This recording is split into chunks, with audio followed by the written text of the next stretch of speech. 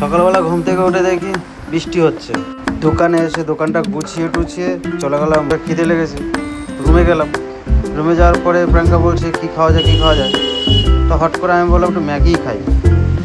তারপরে আবার ভাবলাম যে ম্যাগি খাবো না, চাউমিনই খাই।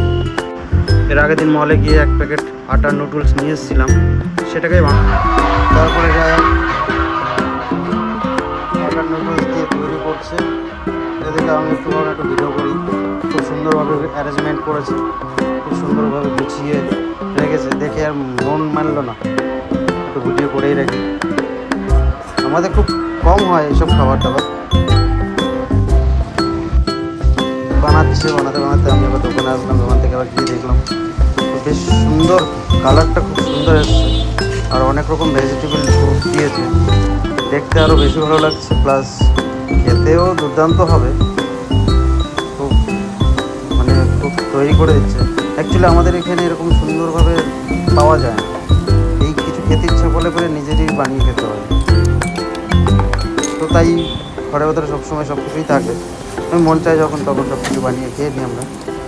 আর প্রিয়াঙ্কাও বানাতে পারে খুব সুন্দরই বানায়।